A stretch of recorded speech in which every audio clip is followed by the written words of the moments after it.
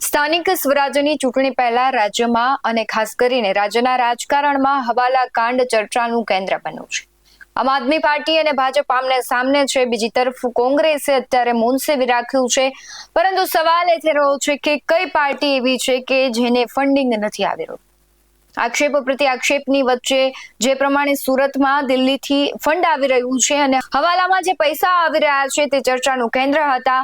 ત્યારબાદ હવે ગોધરાના પંચમહાલમાંથી પણ એક એવી ઘટના સામે આવી છે જેમણે આમ આદમી પાર્ટીની મુશ્કેલીમાં વધારો કરી દીધો છે. નમસ્કાર, ગુજરાત BS9 ન્યૂઝમાં આપની સાથે હું છું ભગવતી વિશાવડિયા. સ્થાનિક સ્વરાજ્યની ચૂંટણી પૂર્વે પંચમહાલ પોલીસની સ્પેશિયલ ઓપરેશન ગ્રુપ દ્વારા એક મોટી કાર્યવાહી કરવામાં આવી છે. ગોધરામાં ગેરકાયદેસર હવાલા નેટવર્ક પર દરોડા પાડીને લાખો રૂપિયાની હેરાફેરીનો ભાંડો ફોડવામાં આવ્યો છે. આ સમગ્ર કૌભાંડમાં આમ આદમી પાર્ટીના ઉમેદવાર અને કાર્યકર્તાઓની સંડોવણી સામે આવતા રાજકીય ગરમાવો વધી ગયો છે. ગોધરા એસઓજીને મળેલી વિશ્વસનીય બાતમીના આધારે શહેરના વિવિધ સ્થળોએ દરોડા પાડવામાં આવ્યા. તપાસમાં જાણવા મળ્યું કે છેલ્લા 15 દિવસમાં PM આંગણિયા અને વી પટેલ આંગણિયા મારફતે 50 લાખથી વધુની રકમની હેરાફેરી કરવામાં આવી છે. પ્રાથમિક અનુમાન મુજબ જે વાત કરવામાં આવી છે તેની વાત કરીએ તો આ નાણાંનો ઉપયોગ ચૂંટણી દરમિયાન મતદારોને લાલચ અને પ્રલોભન આપવા માટે થવાનો હતો. આ સમગ્ર કેસ છે એ ગોધરા નગરપાલિકાના વોર્ડ નંબર 11 ના આપના ઉમેદવાર અને સક્રિય કાર્યકર્તાઓ અજય સોમાલાલ વસંતાણી તેમજ અન્ય કાર્યકર્તાઓ છે રમણભાઈ ગુલાબ બારિયા અને દર્શિત કૃષ્ણકાંત સોનીના આ કેસમાં નામ ખુલ્યા છે. આ શખ્સોએ રાજ્યના અન્ય જિલ્લાઓના શખ્સો સાથે મળીને સંગઠિત નાણાકીય નેટવર્ક ઉભું કર્યો હોવાનું સામે આવ્યું છે. હાલમાં ગોધરા ડિવિઝન પોલીસ મથક ખાતે ગુનો નોંધી આગળની તપાસ હાથ ધરવામાં આવી છે.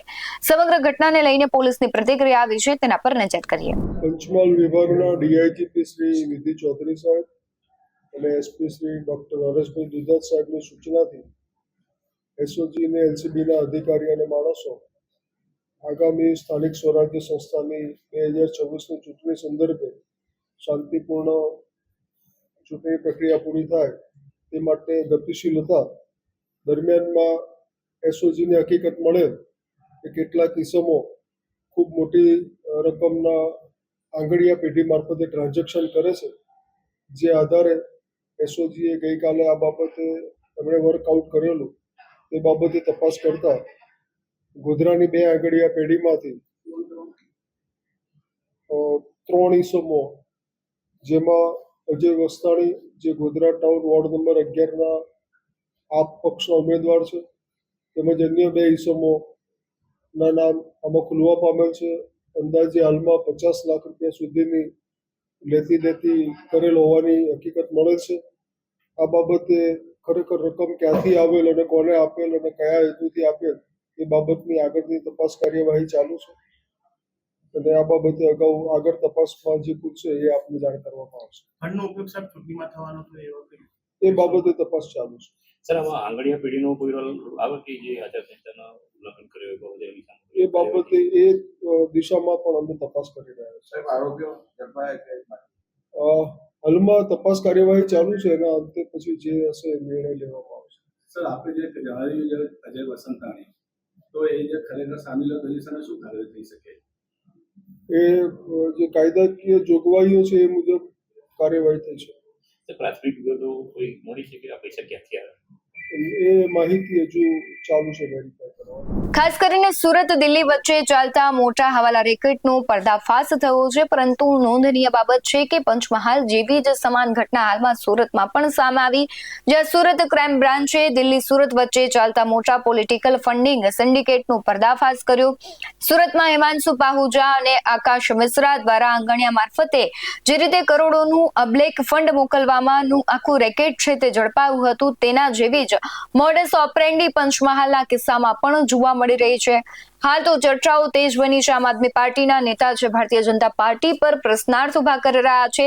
સ્વાભાવિક છે કે કોઈ પણ પાર્ટી હોય, ચૂંટણીનો સમય હોય એટલે ફંડિંગ આવતું હોય છે, પરંતુ કોઈ એક પાર્ટી આ એક ઘટનાથી અથવા તો અન્ય પાર્ટી છે તેમણે આવી કોઈ જ ગતિવિધિ નથી કરી તેનો પુરાવો શું?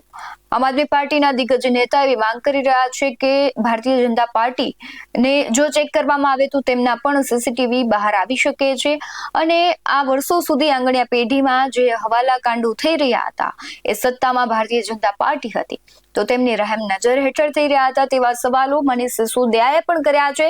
સમગ્ર ઘટનાને લઈને તમારું શું માનવું છે તો કમેન્ટમાં જરૂરથી જણાવજો. બાકી આવા જ બધો અહેવાલો સાથે ફરી મળતા રહીશું. તમે અમારી યુટ્યુબ ચેનલને સબસ્ક્રાઇબ કરવાનું, અમને ફેસબુક અને ઇન્સ્ટાગ્રામ પર ફોલો કરવાનું ભૂલશો નહીં. બાકી અમને અપડેટ્સ મેળવવા માટે આપ જોતા રહો BS9 TV ન્યૂઝ. નમસ્કાર.